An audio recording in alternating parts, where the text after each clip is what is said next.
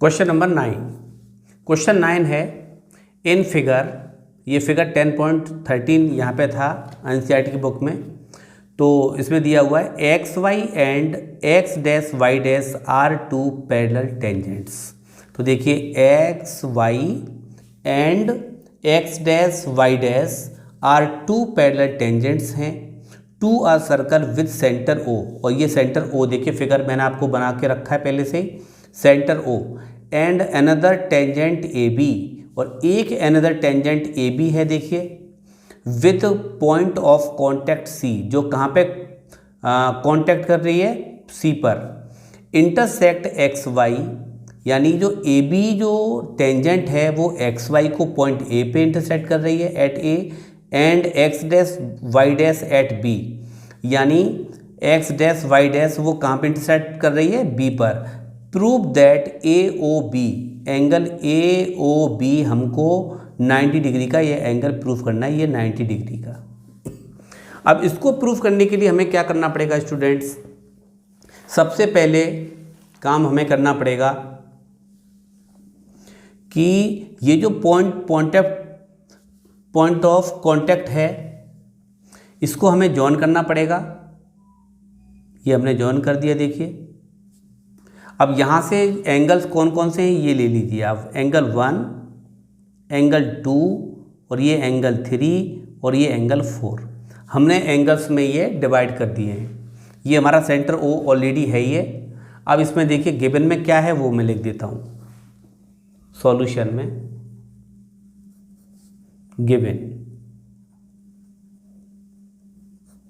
Given में क्या करना है स्टूडेंट्स? गिवन में दिया हुआ है X Y line parallel to X dash Y dash and A B is a tangent. ये हमें ए बी एक लाइन टेंजेंट दे रखी है at the contact point C पर। अब हमें प्रूफ क्या करना है? टू प्रूफ में करना है हमें एंगल ए ओ बी, यानी एंगल ए ओ बी हमें 90 डिग्री प्रूफ करना है। इसमें एंगल देखिए कौन कौन से आ रहे हैं, एक तो एंगल 2 आ रहा है और एक एंगल 3 आ रहा है। तो एंगल 2 प्लस एंगल 3 ये मुझे 90 डिग्री के इक्वल प्रूफ करना है। ये रिजल्ट हमें प्रूफ करना है स्टूडेंट्स। Very simple question. अब देखिए क्वेश्चन सॉल्व कैसे करेंगे, अब ये देखिएगा आप। सबसे पहले तो काम आपको ये करना है प्रूफ में, इन कंस्ट्रक्शन डालेंगे सबसे पहले तो, क्योंकि हमने ज्वाइन किया था ओ सी को। यहाँ से लिख देंगे कंस्ट्रक्शन ज्वाइन ओ सी, ये हमने क्या किया था, कंस्ट्रक्ट किया था। अब यहाँ पे करना है हमको प्रूफ। अब प्रूफ के लिए क्या करना है स्टूडेंट्स? इन ट्राइंगल, सबसे पहला देखिए प्लानिंग समझ लेते हैं हम लोग कि हम पहले ये ट्राइंगल ले लेते हैं ए ओ पी और एक ट्राइंगल ले लेते हैं ए ओ सी। इन दोनों ट्राइंगल्स को हम कॉन्ग्रुएंट दिखाएंगे और कॉन्ग्रुएंट दिखाने से हम फिर by C P C T से एंगल 1 एंगल 2 के इक्वल कर देंगे। इसी तरीके से हम ये एंगल सी ओ बी और बी ओ क्यू दोनों एंगल को यहाँ कॉन्ग्रुएंट दिखा देंगे, तो एंगल 3 एंगल 4 के इक्वल हो जाएगा। तो इस तरीके का हम यहाँ पे प्लान करेंगे। फिर हम एंगल जहाँ पे हमें 2 चाहिए और 3 चाहिए, तो मुझे एलिमिनेट एंगल 1 को करना है और एंगल 4 को करेंगे। अब किस तरीके से करेंगे अब ये देखिए आप लोग। तो पहले मुझे यहाँ पे 2 ट्राइंगल लेने हैं, in triangle A O P and triangle A O C. इसमें क्या दिखाना है आपको? O P equal to O C. क्यों? कि ये इक्वल रेडियाई है, इक्वल रेडियाई यानी प्लूरल फॉर्म होती है रेडियस की। रेडियस हमेशा सर्कल की इक्वल होती हैं। अब यहाँ पे क्या करना है स्टूडेंट्स, ओ ए क्या है, कॉमन साइड से, कॉमन साइड या कॉमन लिख देते हैं या कॉमन साइड लिख लीजिए, नो प्रॉब्लम। अब यहाँ पे क्या करना है स्टूडेंट्स, अब AP यानी AP लाइन, ये AP AC के बराबर होगा। क्यों होगा? क्योंकि एक्सटर्नल पॉइंट से टेंजेंट्स हमेशा इक्वल होती हैं। तो AP किसके इक्वल हो जाएगा, AC के। तो यहाँ लिखेंगे हम equal tangents from external point A। तो ये ट्राइंगल हमारा AOP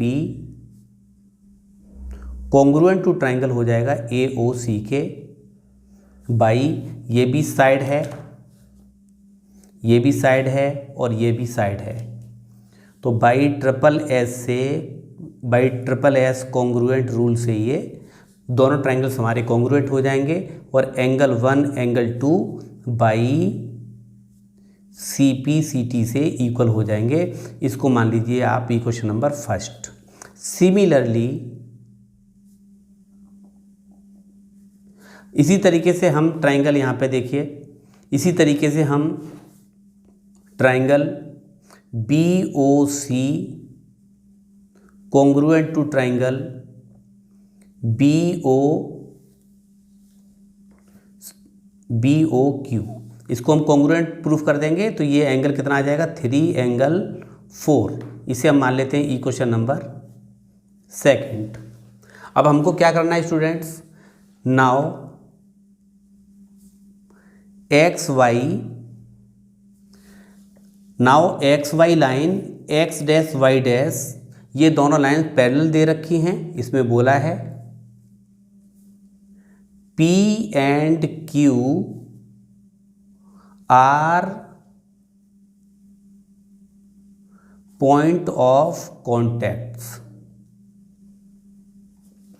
P और Q, ये जो पैरेलल लाइंस हैं XY और X डैश Y डैश, इन पे क्या हैं, ये कॉन्टैक्ट पॉइंट्स हैं, ये हमें दे रखा है। इसीलिए POQ इज अ डाईमीटर।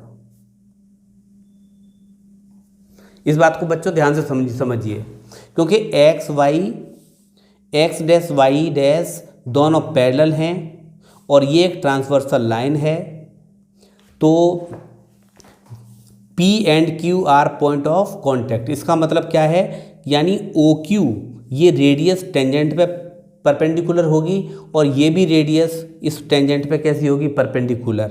और टेंजेंट हमेशा रेडियस पर परपेंडिकुलर होती है, इसीलिए PQ क्या होगी, ये दोनों एंगल 90 डिग्री का 180 डिग्री हो जाएगा।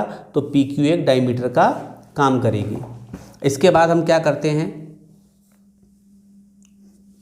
एंगल 1, यहाँ से हम क्या करेंगे, एंगल 1 एंगल 2,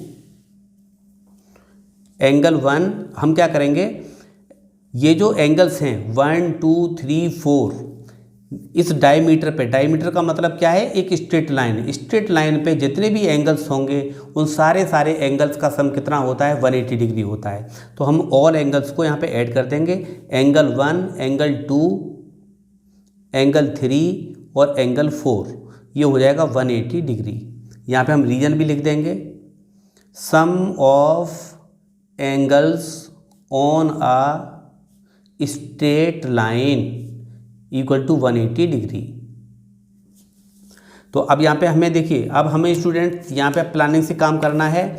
यहाँ पे हमें एंगल 2 और 3 चाहिए, एंगल 2 चाहिए, एंगल 3 चाहिए। इसको हमें नो टच, इसको चेंज नहीं करना है, हमें सिर्फ एंगल चेंज करना है 1 और एक एंगल चेंज करना है 4। अब मैं क्या करूँगा, फ्रॉम